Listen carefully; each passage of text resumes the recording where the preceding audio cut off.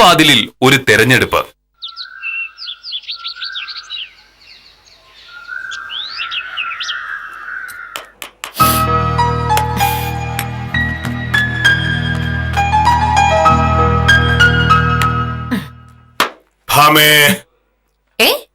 റെഡിയായി കഴിഞ്ഞോ? മണി 9 ആവുന്നല്ലേ ഉള്ളൂ മോനട്ടാ. ചോറും കറിയൊക്കെ റെഡിയായി വരുന്നേ ഉള്ളൂ. ഞാൻ എല്ലാ ദിവസവും കൃത്യം 9:38 ഇവിടെ നിന്ന് ഇറങ്ങുന്നത് എന്നുള്ളത് കൊണ്ട് ചോറും കറിയും 9:38 മാത്രമേ നീ തയ്യാറാക്കൂ എന്ന് വാശി പിടിക്കുന്നത് എന്തിനാണ്? അയ്യോ, ഞാനൊരു പാവം. എനിക്കെന്താ വാശി? വാശിയും കൃത്യനിഷ്ഠയൊക്കെ മോഹനേട്ടനെ പോലെ മഹാന്മാരായ ആളുകൾക്ക് പറഞ്ഞിട്ടുള്ളതല്ലേ.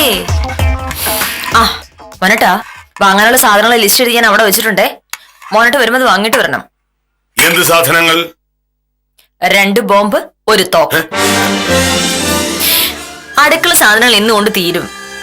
3 ദിവസം അമ്മാവനുണ്ടായിരുന്നോണ്ട് അടുക്കള കയറി ഒന്നും ഉണ്ടാക്കാൻ സമ്മതിച്ചിട്ടില്ലല്ലോ. അതുകൊണ്ടാണ് ഇന്ന് വരെ എത്തിയത്. ഇല്ലെങ്കിൽ സാധനങ്ങളൊക്കെ എമിനിങ്ങാന്നേ തീർത്തനെ. തീരുമല്ലോ. ഒരു നിയന്ത്രണവുമില്ലാതെ നീ വാരിക്കോരി ധൂർത്തടിക്കുകയാണല്ലോ. ഒരു മാസം അടുക്കള സാധനങ്ങൾ വാങ്ങാൻ മാത്രം എത്ര രൂപയാണ് നമ്മൾ ചെലവാക്കുന്നത് നിനക്കറിയാമോ? അതെനിക്കറിയാം. അതിനാണല്ലോ നമ്മൾ ജോലിക്ക് പോകുന്നതും പൈസ ഉണ്ടാക്കുന്നതും എല്ലാം. ഒരു സാധനവും വാങ്ങാതെ ഒന്നും ഉണ്ടാക്കാതെ പട്ടിണി കിടക്കാൻ പറ്റുമായിരുന്നെങ്കിൽ ഈ ജോലിക്ക് പോകേണ്ട കാര്യം ഉണ്ടായിരുന്നില്ലല്ലോ. എന്ത് ചെയ്യാൻ പറ്റും? വിശക്കം എന്തെങ്കിലും കഴിച്ചല്ലേ പറ്റുള്ളൂ.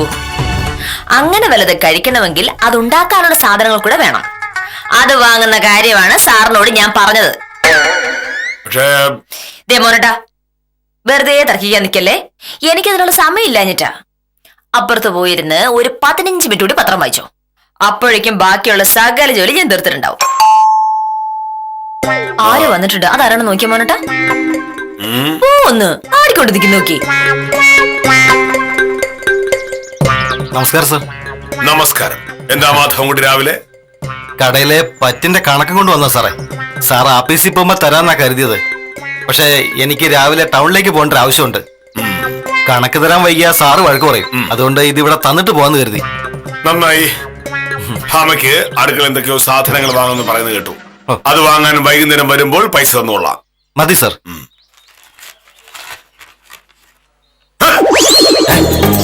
എന്താ സാറേ? 1830 രൂപയോ? അതെ സർ. മാധവൻ കൂടി നടത്തുന്നത് സ്വർണ്ണക്കടയോ പലചരക്കടയോ? പലചരക്കടയാണ് സർ. ഒരു പലചരക്ക് കടയിൽ നിന്ന് ഒരു വീട്ടിലേക്ക് സാധനങ്ങൾ വാങ്ങുന്നതിന് ഒരു മാസം 1830 രൂപ. അത് തീരെ കുറവാണ് സർ. സാധാരണ എല്ലാ വീടുകളിലും 4000-5000 രൂപയൊക്കെ ആവും. ഇവിടെ താമസിക്കുന്നത് ഞങ്ങൾ 2 പേരാണ്. ഉപ്പും മുളകും പഞ്ചസാരയൊക്കെ വാങ്ങുന്നതിന് ഒരു മാസത്തേക്ക് 1830 രൂപ എന്ന് പറയുന്നത് വളരെ കൂടുതലാണ്. സാധനങ്ങളുടെ വില റോക്കറ്റ് പോലെയാണ് സാറേ കുതിച്ചു കയറുന്നത്. അടുത്ത തവണ ഇതിലും കൂടുതലാവും. ഇങ്ങനെ പോയ സാധാരണക്കാർ എങ്ങനെ ജീവിക്കും? സത്യസന്ധന്മാരായ സർക്കാർ ഉദ്യോഗസ്ഥന്മാർ ശമ്പളം കൊണ്ട് മാത്രമാണ് ജീവിക്കുന്നത്. ഈ പറഞ്ഞ സാധനങ്ങളുടെ ഒന്നും വില കൂട്ടുന്നത് ഞാനല്ല സാറേ. എനിക്ക് കിട്ടുന്ന വിലയിൽ ഒരു ചെറിയ ലാഭമാണ് ഞാൻ കൂടുതൽ എടുക്കുന്നത്. എന്താ പറഞ്ഞാ? മാധവൻകുട്ടി കഴിഞ്ഞ മാസത്തെ കണക്കുമായി വന്നതാണ്. ഒരു മാസം കൊണ്ട് നീ വാങ്ങിക്കൂട്ടിയത് 1830 രൂപയുടെ സാധനങ്ങളാ. ഞാൻ മാത്രമായിട്ട് ഒന്നും ചെയ്തിട്ടില്ല. മാധവൻകുട്ടിയുടെ കടയിൽ നിന്ന് വാങ്ങിയ സാധനങ്ങൾ നമ്മൾ 2 പേരും കൂടി 3 നേരവും കൂടി ഞം ഞം ഞം എന്ന് കഴിച്ചു. അപ്പൊ ഞാൻ പോട്ടെ സാറേ. ടൗണിൽ പോയിട്ട് അത്യാവശ്യമുണ്ട്. ശരി.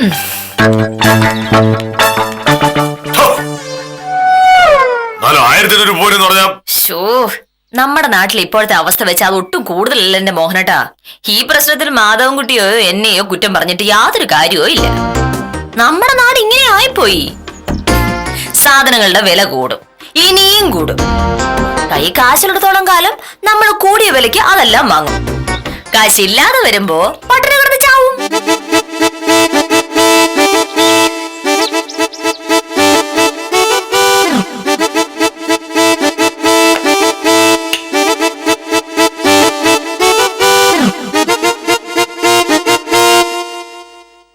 നീ തമാശയായിട്ടാണ് അങ്ങനെ പറഞ്ഞെങ്കിലും കാര്യങ്ങൾ ഇങ്ങനെ പോയാൽ അത് സത്യമാവും. ഏത്? ഭക്ഷണം കഴിക്കാൻ കാശില്ലാതെ നമ്മളൊക്കെ പട്ടിണി കിടന്ന് ചാവും എന്ന് നീ പറഞ്ഞില്ലേ? അത് തൽക്കാലം ഭക്ഷണം കഴിക്കാൻ നമുക്ക് നിവൃത്തി ഉണ്ടല്ലോ. മാധവൻകുട്ടിയുടെ കടയിൽ ഇന്ന് കൊടുക്കേണ്ട 1830 രൂപയും നമ്മുടെ കയ്യിലുണ്ട്. അടുത്ത മാസം അത് ഇല്ലാതെ വരുമ്പോഴല്ലേ അത് നമുക്ക് അപ്പം നോക്കാം. എന്റെ മോഹനടനെ വില്ലേജ് ഓഫീസർ ആവാതെ വല്ല മുഖ്യമന്ത്രിയോ ആയിരുന്നെങ്കിലേ സാധനങ്ങളെല്ലാം നിസ്സാര വിലക്ക് എല്ലാവർക്കും കൊടുത്തേനെ. എന്ത് ചെയ്യാൻ പറ്റും? ഒരു വില്ലേജ് ഓഫീസർക്ക് ചെയ്യാൻ പറ്റുന്നതിനൊക്കെ ഒരു പരിധിയില്ലേ? എന്താ കളിയൊക്കെയാണ്? അല്ലെന്ന് കാര്യമായിട്ട്. അടുത്ത പ്രാവശ്യത്തെ തെരഞ്ഞെടുപ്പ് വരട്ടെ, മോഹനേട്ടൻ ഈ മണ്ഡലത്തിൽ നിന്ന് മത്സരിക്കുന്നു. പ്രധാന തെരഞ്ഞെടുപ്പ് വാഗ്ദാനം എല്ലാ സാധനങ്ങളുടെയും വില കുറയ്ക്കും എന്നായിരിക്കണം. കേരളത്തിൽ അങ്ങനെ ഒന്നും ഇല്ലെന്നേ ഉള്ളു മോനട്ടാ. ഓരോ നാടുകളിൽ ഓരോ പാർട്ടിക്കാർ കൊടുക്കുന്ന വാഗ്ദാനം ഒന്ന് കേൾക്കേണ്ടത് തന്നെയാണ്. എല്ലാവർക്കും അരിയും പഞ്ചസാര അടക്കമുള്ള സാധനങ്ങളെല്ലാം സൗജന്യം.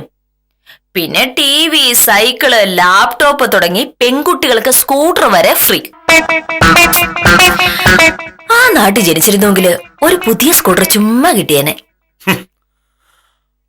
അപ്പോ ഇതാണ് നിങ്ങൾക്കൊക്കെ തെരഞ്ഞെടുപ്പിനെ പറ്റിയുള്ള ധാരണ. എല്ലാം വെറുതെ കിട്ടണം, ഒരു ജോലി ചെയ്യാതെ ചുമ്മാ സുഖമായിട്ട് അങ്ങിരിക്കണം അല്ലേ? ആമേ. ഒരു നിയമസഭാ തെരഞ്ഞെടുപ്പ് എന്ന് പറഞ്ഞാൽ അടുത്ത 5 വർഷത്തേക്ക് നമ്മളെ ആര് ഭരിക്കണം എന്ന് തീരുമാനിക്കാനുള്ള തെരഞ്ഞെടുപ്പാണ്. വളരെ സൂക്ഷിച്ച് ആലോചിച്ച് വോട്ട് ചെയ്തില്ല എങ്കിൽ പിന്നെ പറഞ്ഞിട്ട് കാര്യമില്ല. ഇത്തരം സൗജന്യങ്ങളും വെറും വാഗ്ദാനങ്ങളും ഒക്കെ കൊണ്ടുവരുമെന്ന് കേട്ടിട്ട് വെറുതെ അബദ്ധത്തിൽ പോയി ചാടരുത്. ശരി, ഈ തെരഞ്ഞെടുപ്പിൽ ആർക്ക് വോട്ട് ചെയ്യണമെന്നാ മോഹനേട്ടന്റെ അഭിപ്രായം? ഞാൻ പറയാം. അതിനു മുമ്പ് നിന്റെ അഭിപ്രായം നീ പറയൂ. പുതിയ സർക്കാർ എങ്ങനെയുള്ളതാവണം എന്നാണ് നീ പറയുന്നത്? അത് അങ്ങനെ ചോദിച്ചാ, ഒരു സ്ത്രീ എന്നുള്ള നിലയിൽ എന്റെ ആദ്യത്തെ പ്രശ്നം അടുക്കളയാണ്. വീട്ടു സാധനങ്ങളുടെ വില കുറയ്ക്കാൻ കഴിവുള്ള ഒരു സർക്കാർ വരുമെങ്കിൽ ആ സർക്കാരാണ് വേണ്ടത്.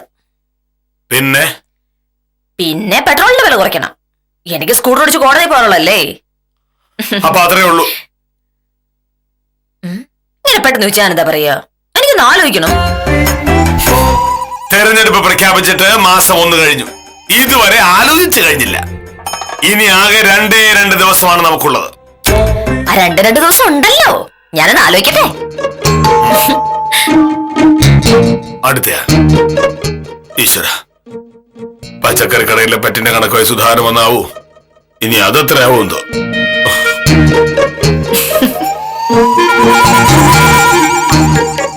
നമസ്കാരം സാറേ. നമസ്കാരം. എന്താ സദാശിവ രാവിലെ? എന്തെങ്കിലും ആഫീസ് കാര്യത്തിലാണെങ്കിൽ ഇവിടെ വന്ന് എന്നെ കണ്ടിട്ട് ഒരു കാര്യവുമില്ല. 10 മണിയാകുമ്പോൾ ഞാൻ വില്ലേജ് ഓഫീസിലേക്ക് വരും, അവിടെ വന്നാ മതി. ആഫീസ് കാര്യത്തിലല്ല സാറേ. ആഫീസ് കാര്യത്തിനല്ലാതെ സദാശിവൻ എന്നെ കാണേണ്ട കാര്യം എന്താണ്? ഞാൻ വക്കീലിനെ കാണാൻ വന്നതാ. വക്കീലില്ലേ സാർ? ഉണ്ട്. ഭാമേ. സ്റ്റേറ്റ് ബാങ്കിൽ നിന്ന് ലോൺ എടുത്താ ഞാൻ ആ സ്റ്റേഷനറി കട തുടങ്ങിയത്. കച്ചവടം പഴയതുപോലെ ഇല്ലാത്തതുകൊണ്ട് മൊത്തം നഷ്ടമോ സാറേ. ബാങ്കിലെ തിരിച്ചടവ് 4-5 എണ്ണം മുടങ്ങി. അവര് കേസ് കൊടുത്തിരിക്കുക. ബാങ്കിൽ നിന്ന് ലോൺ എടുക്കാൻ പോകുന്നതിന് മുൻപ് ഞാൻ സദാശിവനോട് പറഞ്ഞതാണ് കടം വാങ്ങുമ്പോൾ സൂക്ഷിക്കണം എന്ന്.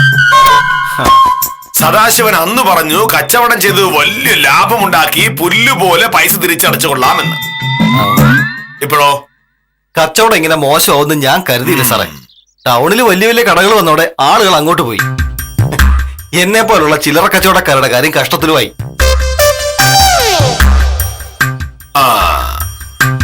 സദാശിവനോട് എനിക്കൊരു കാര്യം ചോദിക്കാനുണ്ട്. എന്താ സാർ? വരുന്ന തിങ്കളാഴ്ച തെരഞ്ഞെടുപ്പാണല്ലോ. അതെ. പുതിയ സർക്കാർ എങ്ങനെയുള്ള സർക്കാർ ആയിരിക്കണം എന്നാണ് സദാശിവന്റെ ആഗ്രഹം? ഞാൻ ആഗ്രഹിച്ചിട്ട് എന്താ സാറേ കാര്യം? ഏത് സർക്കാർ ഭരിച്ചാലും എന്നെ പോലുള്ളവരുടെ കാര്യം പോക്കാം. എനിക്കിപ്പോ രാഷ്ട്രീയത്തിലൊന്നും വലിയ താല്പര്യമൊന്നുമില്ല. കൊള്ളാം. ഈ രാജ്യത്ത് ജീവിക്കുന്ന പ്രായപൂർത്തിയായ ഒരു മനുഷ്യനാണ് സദാശിവൻ. സദാശിവന് രാഷ്ട്രീയത്തിൽ താല്പര്യമില്ലെന്ന്. പിന്നെ എന്തിനാണ് താല്പര്യം? അത് സദാശിവ, ഒരു നാട്ടിലെ എല്ലാ കാര്യങ്ങളിലും നയങ്ങൾ ഉണ്ടാക്കുന്നതും തീരുമാനങ്ങൾ എടുക്കുന്നതും സർക്കാരാണ്. ആ സർക്കാർ ഏതായിരിക്കണം എന്ന് തീരുമാനിക്കാൻ നമുക്കൊരു അവസരം കിട്ടുമ്പോൾ അതിൽ നൊഴിഞ്ഞു മാറിയാൽ പിന്നെ എങ്ങനെ നാട് നന്നാവും? അത് നമ്മുടെ ശരിയായ ആവശ്യങ്ങൾ എന്തൊക്കെയാണ് എന്ന് ഓരോ പൗരനും പഠിച്ചിരിക്കണം.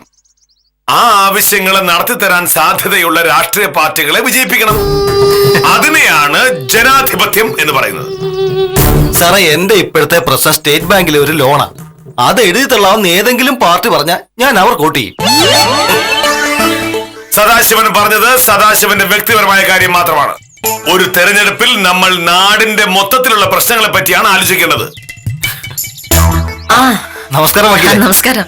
ഞാൻ കേസിന്റെ കാര്യം പറയാൻ വേണ്ടി വന്നതാ. സദാശിവനെ പോലുള്ളവർക്ക് അവരുടെ പ്രശ്നങ്ങൾ മാത്രമേ ഉള്ളൂ. അതുകൊണ്ട് സദാശിവന് രാഷ്ട്രീയത്തിൽ താല്പര്യമില്ലെന്ന്. ഇത്തരം ആളുകളുള്ള ഒരു നാട് എങ്ങനെ നന്നാവും? സദാശിവം വന്നത് കേസിന്റെ കാര്യം പറയാനല്ലേ? കേസിന്റെ കാര്യം പറയാതിരിക്കുന്നു. ബാങ്കിൽ നിന്ന് ലോൺ എടുത്തു, പറഞ്ഞ സമയത്ത് തിരിച്ചടച്ചില്ല. ഇപ്പോ ബാങ്കിൽ നിന്ന് നടപടി എടുക്കുന്നു. സദാശിവനെ പോലെ രാഷ്ട്രീയ ബോധവും പൗരബോധവും ഇല്ലാത്ത ആളുകൾക്ക് ഇങ്ങനെയൊക്കെ സംഭവിക്കും. ഒരു വക്കീൽ വിചാരിച്ചാലും സദാശിവനെ പോലെ ആൾക്കാരെ രക്ഷിക്കാൻ പറ്റില്ല. അറിയണം. സദാശിവൻ അത് കാര്യാക്കട്ടെ. ഈ ജനാധിപത്യവും തെരഞ്ഞെടുപ്പും എന്നുള്ള വിഷയത്തിൽ എനിക്ക് ക്ലാസ് എടുത്തോണ്ടിരിക്കുകയായിരുന്നു സാറ്. അതാ അപ്പോഴല്ലേ സദാശിവൻ വന്നത്. എന്നോട് ഏത് സർക്കാരാ വരാൻ പോകുന്നതെന്ന് സാറ് ചോദിച്ചു. ആര് വന്നാലും നമുക്ക് ഗുണമില്ലെന്ന് ഞാൻ പറഞ്ഞു. ഓഹോ, അങ്ങനെ പറഞ്ഞിട്ട് സദാശിവൻ ഇപ്പോഴും ജീവനോടെ ഇരിക്കുന്നുണ്ടല്ലോ. ഭാഗ്യവാൻ. വക്കീൽ ചോദിച്ച പേപ്പറൊക്കെ ഞാൻ മത്തായി ചേട്ടനെ ഏൽപ്പിച്ചിട്ടുണ്ട്. ഞാനതൊന്ന് നോക്കട്ടെ. ആ. ഒരു 3 മണിയാകുമ്പോഴേക്കും സദാശിവൻ വക്കീൽ ഓഫീസിലേക്ക് വന്നാൽ മതി. ഓ ശരി വക്കീൽ. ശരി.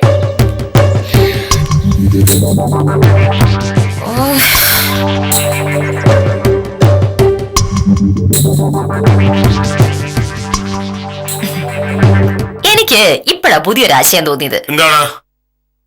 പുതിയ സർക്കാർ എന്തൊക്കെ ചെയ്യണമെന്നാണ് എന്റെ ആഗ്രഹം എന്ന് മോഹനോട് കുറച്ചു മുന്നേ ചോദിച്ചില്ലേ? ചോദിച്ചു. ആ, ഭാര്യയെ ബഹുമാനിക്കാത്ത അഹങ്കാരികളായ ഭർത്താക്കന്മാരെ തൂക്കിക്കൊല്ലാനായിട്ടൊരു നിയമം കൊണ്ടുവരാൻ ഏതെങ്കിലും ഒരു സർക്കാരിന് പറ്റുമെങ്കിൽ ആ സർക്കാരിനാണ് എന്റെ വോട്ട്. അങ്ങനെ നിനക്കിഷ്ടമില്ലാത്ത തൂക്കിക്കൊല്ലുന്ന ജോലിയല്ല സർക്കാരിനുള്ളത്. സദാശിവം വന്ന് എന്നെ കാണാനല്ലേ?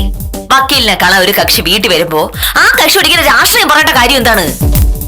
നാട്ടിലെ ജനാധിപത്യത്തെ കുറിച്ചും രാഷ്ട്രീയത്തെ കുറിച്ചും ഒരു ചുക്കും അറിയാതെ എനിക്കെന്ത് കിട്ടും എന്ന് അന്വേഷിച്ച് നടക്കുന്ന സദാശിവനെ പോലുള്ളവരെ നാട് കടത്തുകയാണ് വേണ്ടത്.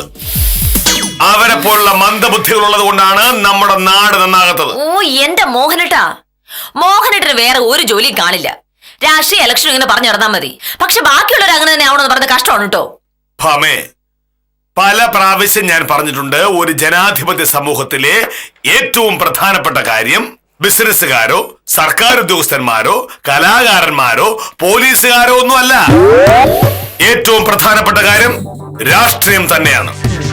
ആ കാര്യത്തിൽ അലംഭാവം കാണിക്കുമ്പോഴാണ് നമുക്ക് മോശപ്പെട്ട സർക്കാരിനെ കിട്ടുന്നത്.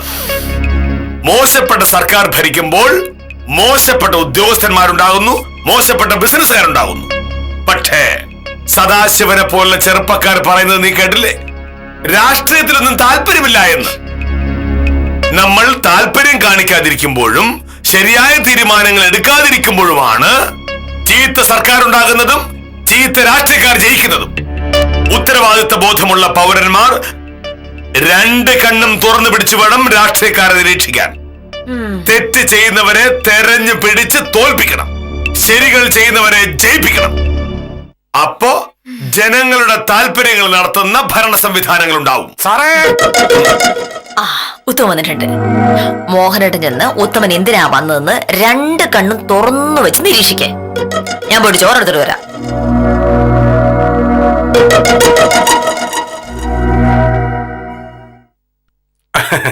നമസ്കാരമുണ്ട് സാർ. നമസ്കാരം. എന്താണ് തോമ രാവിലെ? സാറേ, പ്രകാശന്റെ പോക്കുവരവിന്റെ കാര്യം ഒന്നുകൂടെ ഒന്ന് ഓർമ്മിപ്പിക്കാൻ വേണ്ടി വന്നതാണ്. എങ്ങനെയെങ്കിലും ഒന്ന് ചെയ്തു കൊടുക്കണം. എങ്ങനെയെങ്കിലും അത് ചെയ്തു കൊടുക്കാൻ പറ്റില്ല. കാണാതെ പോയി എന്ന് പറയുന്ന മുന്നാധാരത്തിന്റെ പകർപ്പ് ഹാജരാക്കാതെ ആ ആധാരം പോക്കുവരവ് ചെയ്യാൻ പറ്റില്ല. സബ് രജിസ്ട്രാർ ഓഫീസിൽ പോയാൽ മുന്നാധാരത്തിന്റെ പകർപ്പ് കിട്ടും. അതൊക്കെ ശരി തന്നെ സാറേ. സാറിന്റെ അടുത്ത് ഉള്ളത് പറയാലോ. ഞാൻ മെനിയാന്ന് ഇന്നലെ സബ് രജിസ്ട്രാർ ഓഫീസിൽ പോയതാണ്. പക്ഷെ പ്രഭാര സാർ ലീവായിരുന്നു. സാറ് വരാതെ ഒന്നും നടക്കൂലെന്നാണ് രാധാമണി സാറ് പറയുന്നത്. ഈ പ്രഭാര സാറ് ആള് കൈക്കൂലിക്കാരനാണെങ്കിലും കാര്യമൊക്കെ നടത്തി തരുമായിരുന്നു. രാധാമണി സാറെന്ന് വെച്ചാൽ അങ്ങനെയല്ല. കണക്ക് പറഞ്ഞ് കാശ് വാങ്ങുകയും ചെയ്യും. കാര്യം നടക്കാൻ പിന്നെ ഇങ്ങനെ കയറി ഇറങ്ങി നടക്കേണ്ടി വരും. ഏത് കാശിന്റെ കാര്യം പറയുന്നത്? സാറേ, മോഹനയുടെ സാറ് കൈക്കൂലി വാങ്ങില്ല, സത്യസന്ധനാണ്. അതൊക്കെ ശരി തന്നെയാണ്. പക്ഷെ നമ്മുടെ സർക്കാർ ഓഫീസിൽ എല്ലായിടത്തും ബഹുഭൂരിപക്ഷം ആൾക്കാരും കൈക്കൂലി വാങ്ങും. പിന്നെ നാട്ടുകാർക്കൊക്കെ അതൊരു ശീലമായിരിക്കുകയാണല്ലോ. കൈക്കൂലി കൊടുത്താൽ കാര്യം നടന്നാൽ മതിയല്ലോ, എന്താണ് എല്ലാരും പറയുന്നത്. എല്ലാവരും അങ്ങനെ പറയുന്നത് കൊണ്ടാണ് നാട്ടിൽ അഴിമതി കൊടികുത്തി വാഴുന്നത്. കൈക്കൂലി കൊടുക്കാൻ ആളുകൾ ഉള്ളത് കൊണ്ടാണല്ലോ സർക്കാർ ഉദ്യോഗസ്ഥന്മാർ കൈക്കൂലി വാങ്ങാനിരിക്കുന്നത്. കൈക്കൂലി കൊടുക്കില്ല എന്ന് എല്ലാരും കൂടി തീരുമാനിച്ചാലോ ഒരു കാര്യവും നടക്കൂല. എന്റെ സാറേ, ഇപ്പൊ സാറ് വിചാരിക്കുന്നത് പോലെ അല്ല നമ്മുടെ നാട്ടിലെ അവസ്ഥ. എന്ത് നിസ്സാര കാര്യങ്ങൾ നടക്കണമെന്നുണ്ടെങ്കിൽ കൈക്കൂലി കൊടുക്കണം. ആളുകൾക്ക് ഇപ്പൊ അതങ്ങനെ ശീലമായിരിക്കുകയാണ്. ചായക്കട കയറി ചായ കുടിച്ചിട്ട് കാശ് കൊടുക്കുന്നത് പോലെയാ സർക്കാർ ഓഫീസിൽ കാര്യം സാധിക്കാൻ ആളുകൾ കാശ് അങ്ങോട്ട് കൊടുക്കുന്നത്. ഉത്തമ, ഓ, വലിയ അഭിമാനത്തോടെ ഉത്തമൻ ഇപ്പൊ ഈ പറഞ്ഞ കാര്യങ്ങൾ ഒരു വലിയ കുറ്റകൃത്യത്തെ പ്രോത്സാഹിപ്പിക്കുന്നതാണ് എന്ന് ഉത്തമൻ അറിയാമോ? ജനങ്ങളുടെ ആവശ്യങ്ങൾ കൃത്യമായും നിയമപരമായും നടത്താനായി സർക്കാർ ശമ്പളം വാങ്ങുന്ന ഉദ്യോഗസ്ഥർ ജനങ്ങളുടെ കയ്യിൽ നിന്ന് കൈക്കൂലി വാങ്ങുന്നു എന്ന് പറഞ്ഞാൽ എന്ത് വൃത്തികളാണ്. സത്യം പറയാലോ, മോനേന സാറിന് മാത്രമാണത് വൃത്തികേടായിട്ട് തോന്നുന്നത്. യഥാ രാജ തഥാ പ്രജ എന്നല്ലേ സാറേ പ്രമാണം. ഈ ഉദ്യോഗസ്ഥന്മാരെ മാത്രം കുറ്റം പറഞ്ഞിട്ട് കാര്യമില്ലല്ലോ, അവരെ നിയന്ത്രിക്കുന്ന ആളുകളും കൂടെ ശരിയാവണമല്ലോ. ഇനി വരാൻ പോകുന്ന സർക്കാരിനെ പറ്റി ഉത്തമന്റെ പ്രതീക്ഷ എന്താണ്? നമ്മളൊക്കെ പ്രതീക്ഷിച്ചിട്ട് എന്തോ ചെയ്യാൻ. എന്താ ഉത്തമൻ വോട്ടില്ലേ? പിന്നെ വോട്ടൊക്കെ ഉണ്ട്. എന്റെ ഒരു വോട്ട് കൊണ്ട് എന്താവാ സാറേ? ഇങ്ങനെ ഓരോരുത്തരും ആലോചിച്ചാൽ ഈ ലോകത്തൊന്നും നടക്കില്ല. പറയൂ, പുതിയ സർക്കാർ നമസ്കാരം. പുതിയ സർക്കാർ എങ്ങനെയുള്ള സർക്കാരായിരിക്കണം? അങ്ങനെ വിശദമായിട്ട് പറയാനൊന്നും എനിക്ക് അറിഞ്ഞൂടാ സാറേ. പക്ഷേ എന്റെ കാര്യങ്ങളൊക്കെ നന്നായി നടക്കണം. അതിനിപ്പോ ആര് ഭരിച്ചാലും കുഴപ്പമില്ല. അതാണ് സത്യം. മോഹനേട്ടൻ രാവിലെ മുതൽ ഓരോരുത്തരോട് ചോദിച്ചോണ്ടിരിക്കുക, പുതിയ സർക്കാർ എങ്ങനെ ഉണ്ടായിരിക്കണം, പുതിയ സർക്കാർ എങ്ങനെ ഉണ്ടാവണമെന്ന്. എന്നാലോട്ട് മോഹനേട്ടന്റെ അഭിപ്രായം പറയുന്നുമില്ല. ആദ്യം നിങ്ങളുടെയൊക്കെ അഭിപ്രായം കേൾക്കട്ടെ. സാറേ, എനിക്കിതിലിപ്പോ ഒരു അഭിപ്രായം പറയാനില്ല. ഇനിയിപ്പോ കുറച്ച് കഴിഞ്ഞ് എന്തെങ്കിലും ഒരു അഭിപ്രായം ഉണ്ടാവുകയാണെന്നുണ്ടെങ്കിൽ ഞാൻ സാറിനെ വിളിച്ച് പറയാം. പിന്നെ പ്രകാശന്റെ പോക്കുവരവ് ചെയ്യുന്ന കാര്യത്തില് സാറിന് ഇപ്പോഴും വലിയ അഭിപ്രായം ഒന്നും ഇല്ലല്ലോ. മുന്നാധാരത്തിന്റെ പകർപ്പ് കിട്ടണം. മുന്നാധാരത്തിന്റെ പകർപ്പ് കിട്ടണമെങ്കിൽ പ്രഭാര സാറ് വരണം. എന്താണ് രാധാമണി സാറിന്റെ അഭിപ്രായം? പ്രഭാര സാറ് വന്നു കഴിഞ്ഞാൽ അയാൾക്ക് കൈ നിറയെ കാശ് കൊടുക്കണം എന്നുള്ള ഒരൊറ്റ അഭിപ്രായം മാത്രമേ നാട്ടുകാർക്ക് എല്ലാവർക്കും ഉള്ളൂ. അതുകൊണ്ട് പ്രകാശന്റെ പോക്കുവരവ് ഉടനെ ഒന്നും നടക്കാൻ സാധ്യതയില്ല എന്നുള്ള അഭിപ്രായത്തോടു കൂടി ഞാനിതാ പോകുന്നു. ഓക്കേട്ടാ. ഓ ശരി സാറേ. അങ്ങനെ ഉത്തമന് അഭിപ്രായം പറയാതെ പോയി. ഇനിയെങ്കിലും മോഹനേട്ടൻ അഭിപ്രായം പറയാം. നീ ചോടക വീടുന്നായി ചോറ് മാത്രം മോഹനേട്ടന്റെ ബാഗിനകത്ത് വെച്ചിട്ടുണ്ട്.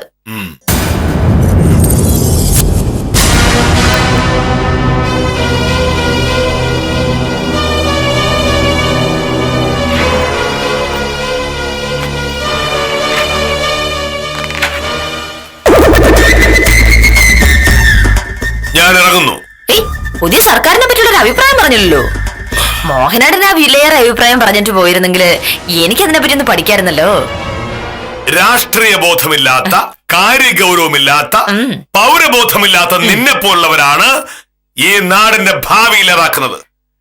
കെ മോഹനകൃഷ്ണന് ഈ രാജ്യത്തെ പറ്റിയും ഇവിടുത്തെ പൗരന്മാരെ പറ്റിയും വലിയ സ്വപ്നങ്ങളാണുള്ളത്. ആ സ്വപ്നങ്ങൾക്കനുസരിച്ചുള്ള രാഷ്ട്രീയ നിലപാടുമുണ്ട്.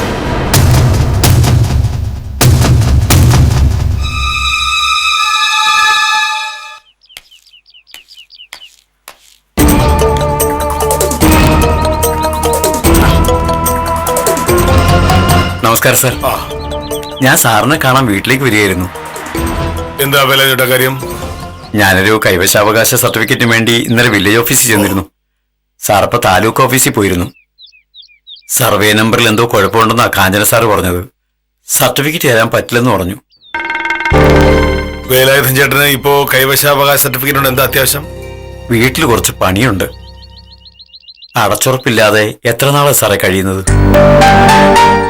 2 പെൺപിള്ളേരെ എനിക്കുള്ളതെന്ന് സാറിനറിയാലോ.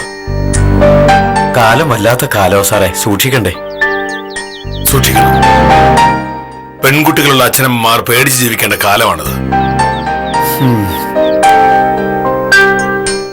എന്ത് ചെയ്യാനാ, നമ്മുടെ നാടിങ്ങനെയൊക്കെ ആയിപ്പോയി. വേലായുധൻ ചേട്ടൻ അപേക്ഷ ഓഫീസിലേക്ക് കൊണ്ടുവന്നാൽ മതി, ഞാനത് ശരിയാക്കി തരാം. വലിയ ഉപകാരം സാറേ.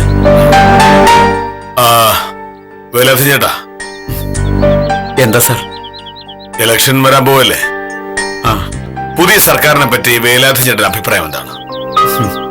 അങ്ങനെയൊന്നും ചോദിച്ചാ പറയാൻ എനിക്കറിയില്ല സാറേ. എനിക്ക് എന്റെ പെൺകുട്ടികളെയും കൊണ്ട് സമാധാനമായി കഴിയണം, അത്ര തന്നെ.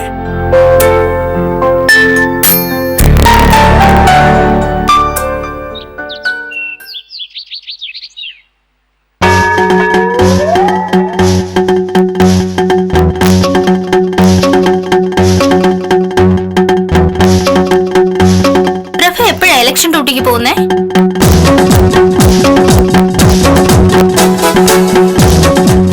എന്താ പ്രഭയെ മുഖത്തൊരു കടുപ്പം? കാഞ്ഞന സാർ പല പ്രാവശ്യം ഇലക്ഷൻ ഡ്യൂട്ടിക്ക് പോയിട്ടുള്ളതല്ലേ, അപ്പൊ പിന്നെ എന്തിനാ വെറുതെ ഒരു ചോദ്യം? പ്രഹ്ലാദൻ ചേട്ടന്റെ അമ്മയ്ക്ക് സുഖമില്ലാത്തൊന്ന് കാഞ്ഞന സാറിന് ഇലക്ഷൻ ഡ്യൂട്ടിക്ക് പോവാതെ രക്ഷപ്പെട്ടു. ഹാ, ഈ ചൂട് കാലത്ത് വല്ല നാട്ടിലും പോയി കഷ്ടപ്പെടാനാ ഞങ്ങളുടെയൊക്കെ വിധി. എന്റെ പ്രൊഫസറെ 2 ദിവസത്തെ കാര്യമല്ലേ ഉള്ളൂ. ഞായറാഴ്ച രാവിലെ പോയാൽ തിങ്കളാഴ്ച വൈകുന്നേരം ആകുമ്പോഴേക്ക് തിരിച്ചു വരാം. 5 കൊല്ലം കൂടുമ്പോഴുള്ള കാര്യമല്ലേ, അല്ലാതെ എന്നൊന്നും ഇല്ലല്ലോ. നിങ്ങൾ ആണുങ്ങൾക്കൊന്നും ഇതൊന്നും ഒരു പ്രശ്നമല്ല. ബൂത്തിലോ വഴിയിലോ എവിടെ വേണേലും കിടക്കാം, കൂട്ടിന് ആളുണ്ടെങ്കിൽ കള്ളും കുടിക്കാം. പെണ്ണുങ്ങളുടെ കാര്യം അങ്ങനെയാണോ? ബൂത്തിനടുത്തുള്ള ഏതോ വീട്ടിലാണ് താമസം ഏർപ്പാടാക്കിയിരിക്കുന്നത്. അവരൊക്കെ എങ്ങനെയുള്ള ആൾക്കാരാണെന്ന് അറിഞ്ഞും കൂടാ. ആ, കഴിഞ്ഞ തെരഞ്ഞെടുപ്പിന് പോയപ്പോ ബൂത്തിന്റെ തൊട്ടടുത്തുള്ള വീട്ടിലാണ് ഞാൻ താമസിച്ചിരുന്നത്. അവിടുത്തെ ഭാര്യയും ഭർത്താവും തമ്മിൽ എപ്പോഴും വഴക്ക. അയാൾ എന്ത് പറഞ്ഞാലും ആ സ്ത്രീ എതിർത്ത് പറയും. അവരെന്തെങ്കിലും പറഞ്ഞ അയാൾ ചീത്ത വിളിക്കും. അത് കൊള്ളാൻ. സഹി കേട്ടപ്പോ ഞാൻ ഇറങ്ങി ബൂത്തിൽ ചെന്നിരുന്നു. സത്യം പറഞ്ഞ ഈ സർക്കാർ ഉദ്യോഗസ്ഥരെയൊക്കെ തെരഞ്ഞെടുപ്പ് ഡ്യൂട്ടിക്ക് വിടുന്ന ഈ പരിപാടി എന്നെ നിർത്തണം. അതിനൊക്കെ വേറെ ആൾക്കാരെ വെക്കണം. സ്വയം പ്രഭേ,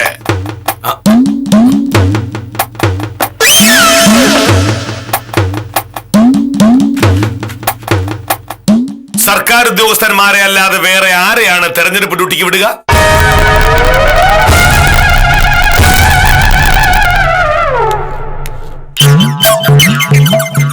മാസാമാസം കൃത്യമായി സർക്കാർ ശമ്പളം വാങ്ങുന്ന ഉദ്യോഗസ്ഥർക്ക് സർക്കാരിനോടും പൊതുജനങ്ങളോടും ഒരുപാട് ഉത്തരവാദിത്തങ്ങളുണ്ട്. അത് മാത്രമല്ല, നാട്ടിൽ ജനാധിപത്യം നിലനിൽക്കേണ്ടത് ഒരു പൗരൻ എന്ന നിലയിൽ നമ്മുടെ ഓരോരുത്തരുടെയും ആവശ്യമാണ്. അതിന്റെ പ്രധാനപ്പെട്ട കാര്യങ്ങളിൽ ഒന്നാണ് തെരഞ്ഞെടുപ്പ്. അതറിയാലോ? അറിയാം, എന്നാലും അവിടെ നിൽക്കട്ടെ. ശിശുപാല സാർ, എനിക്ക് ശിശുപാലയോട് ഒരു കാര്യം ചോദിക്കാനുണ്ട്. എന്താ സാർ? ഇത്തവണത്തെ തെരഞ്ഞെടുപ്പ് കഴിഞ്ഞ് അധികാരത്തിൽ വരുന്ന സർക്കാർ ഏറ്റവും പ്രധാനമായി ചെയ്യേണ്ടത് എന്താണ് എന്നാണ് ശിശുപാലന്റെ അഭിപ്രായം? സാർ അങ്ങനെയൊക്കെ ചോദിച്ചാൽ ശിശുപാലനും സ്വാഭാവികമായിട്ട് എന്തെങ്കിലുമൊക്കെ ചില താല്പര്യങ്ങൾ കാണുമല്ലോ. ഉണ്ട് സാർ. നാട്ടിലെ സകലമാന ബാറുകൾ അടച്ചു പൂട്ടിയത് കൊണ്ട് ഒരു സ്മോൾ അടിക്കുന്ന കാര്യം വലിയ പാടാണ്. ആ ബാറൊക്കെ ഒന്ന് തുറന്നു കിട്ടിയിരുന്നെങ്കിൽ. അത് വാസ്തവ സാറേ. പണ്ട് പ്രഹ്ലാദൻ ചേട്ടൻ ആപ്പീസിന്ന് വരുന്ന വഴി ബാറിൽ കയറി 2 പെഗ് അടിച്ചിട്ട് വരുമായിരുന്നു. ബാറ് പൂട്ടിയതോടെ ബ്രാൻഡി കടയിൽ കയറി ബ്രാൻഡി വാങ്ങി വീട്ടിൽ കൊണ്ടുവച്ച് കുടി തുടങ്ങി. കണ്ടോ സാർ? സത്യം പറയല്ല സാറേ, വീട്ടിൽ വന്നിട്ടുള്ള ഈ കുടി എനിക്ക് തീരെ പിടിക്കുന്നില്ല. എന്താ ഒന്നും പറയാത്തത്? എനിക്ക് കള്ളിന്റെ കാര്യമൊന്നും അറിയില്ല. എന്റെ വീട്ടില് കുടിക്കുന്ന ആൾക്കാരും ഇല്ല. സർക്കാർ ഉദ്യോഗസ്ഥന്മാരുടെ ശമ്പളം കൂട്ടുന്നത് ഏത് സർക്കാരാണോ ആ സർക്കാർ അധികാരത്തിൽ വരണം. അത് ശരിയാ സാറേ. സാധനങ്ങൾക്കൊക്കെ തീ വിലയല്ലേ. ഏതെങ്കിലും സർക്കാർ വന്നാൽ വില കുറയെങ്കിൽ ആ സർക്കാർ വരണം. അതേ എനിക്ക് പറയാനുള്ളൂ. പെട്രോളിന് വില കുറഞ്ഞാൽ അതൊരു ആശ്വാസമാവും. ഇപ്പൊ പെട്രോൾ പമ്പിൽ കയറുമ്പോ ചങ്കിടിക്കുക. വില കൂടിയോ ഓർത്തു. പിന്നെ ഇപ്പോഴുള്ള 2 വരി റോഡുകളെല്ലാം വീതി കൂട്ടി ടാർ ചെയ്തിരുന്നെങ്കിൽ ട്രാഫിക് ബ്ലോക്കിൽ പെടാതെ ഇരിക്കായിരുന്നു. ഇതൊക്കെ അല്ലാതെ വേറെന്ത് ചെയ്യാനാ സർക്കാർ? കൊള്ളാം. ഒരു തെരഞ്ഞെടുപ്പ് കൺമുന്നിൽ വന്ന് നിൽക്കുമ്പോഴും വ്യക്തിപരമായ കാര്യങ്ങൾ മാത്രമാണ് നിങ്ങൾക്കൊക്കെ താല്പര്യം. ഈ നാടിന്റെ പൊതു അവസ്ഥയെ പറ്റി സർക്കാർ ഉദ്യോഗസ്ഥരായ നിങ്ങൾക്ക് പോലും ഒരു ധാരണയുമില്ല. കഷ്ടം. പിന്നെ നമ്മുടെ സ്വന്തം കാര്യം നോക്കാൻ സമയമില്ല. അപ്പോഴാ നാട്ടുകാരുടെ കാര്യങ്ങൾ അന്വേഷിക്കാൻ.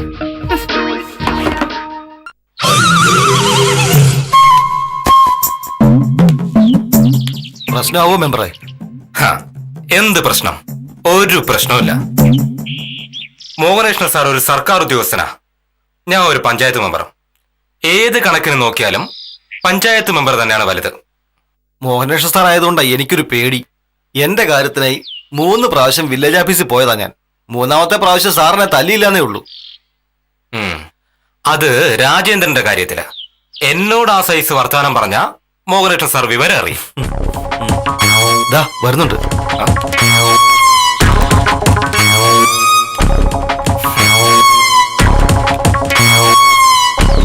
നമസ്കാരം സാർ. നമസ്കാരം. ഞാൻ സാറിനെ കാണാൻ കാത്തു നിൽക്കുമായിരുന്നു. ആഹാ, എന്നെ കാണാനാണെങ്കിൽ വില്ലേജ് ഓഫീസിലേക്ക് വന്നാൽ മതിയായിരുന്നല്ലോ. അല്ല, വ്യക്തിപരമായിട്ട് സംസാരിക്കുന്ന ഒരു കാര്യമാ. ഈ നിൽക്കുന്ന രാജേന്ദ്രന്റെ ഒരു പ്രശ്നം അറിയാം. നിയമം ലംഘിച്ച് നെൽവയൽ മണ്ണിട്ട് നികത്തി. പാതിരാത്രിയിൽ നാട്ടുകാരറിയാതെ പോലീസിന്റെ ഒത്താശയോടുകൂടി പാടഭൂമി നികത്തിയിട്ട് അത് BTRൽ കരഭൂമിയാക്കി മാറ്റിത്തരാൻ രാജേന്ദ്രൻ കളക്ടർക്ക് അപേക്ഷ കൊടുത്തു. കളക്ടർ എന്നോട് റിപ്പോർട്ട് ചോദിച്ചു. ഒരു കാരണവശാലും രാജേന്ദ്രന്റെ അപേക്ഷ അനുവദിക്കരുത് എന്ന് ഞാൻ എഴുതി. അത്രയിലുള്ള പ്രശ്നം. സാർ ഇങ്ങനെ വാശി പിടിക്കരുത്. വെറുതെ രാജേന്ദ്രനെ ഉപദ്രവിക്കുന്ന എന്തിനാ? രാജേന്ദ്രൻ ആദ്യം പ്രകൃതിയെ ഉപദ്രവിച്ചു, നാട്ടിലെ നിയമത്തെ ഉപദ്രവിച്ചു, അതുവഴി ജനങ്ങളെ മുഴുവൻ ഉപദ്രവിച്ചു. പാടങ്ങൾ നികത്തിയും പുഴകൾ നശിപ്പിച്ചും കായലുകൾ ഇല്ലാതാക്കിയും ഈ ഭൂമിയെ തന്നെ മനുഷ്യൻ നശിപ്പിച്ചുകൊണ്ടിരിക്കുമ്പോ അതിന് കൂട്ടുനിൽക്കാൻ എന്നെ കിട്ടില്ല. ഞാൻ വില്ലേജ് ഓഫീസറായിരിക്കുന്നിടത്തോളം കാലം രാജേന്ദ്രന്റെ ഒരു കാര്യവും നടക്കില്ല. ഞാൻ പഞ്ചായത്ത് മെമ്പറാണ്. പഞ്ചായത്ത് മെമ്പർമാരോട് എനിക്ക് ബഹുമാനമുണ്ട്. കാരണം അവർ ജനം തെരഞ്ഞെടുത്തവരാണ്. അതുപോലെ പഞ്ചായത്ത് മെമ്പർമാർക്കും അവരെ തെരഞ്ഞെടുത്ത ജനങ്ങളോട് ബഹുമാനം ഉണ്ടാവണം. ജനങ്ങളോട് ബഹുമാനം ഉണ്ടായിരുന്നെങ്കിൽ ഇങ്ങനെ ഒരു ആവശ്യം മെമ്പർ എന്നോട് പറയില്ലായിരുന്നു. ജനപ്രതിനിധികൾക്ക് ജനങ്ങളോടായിരിക്കണം കടപ്പാട്, അല്ലാതെ നിയമം ലംഘിച്ച് പണമുണ്ടാക്കുന്ന ഇത്തരം രാജേന്ദ്രന്മാരോടാകരുത്. അല്ല,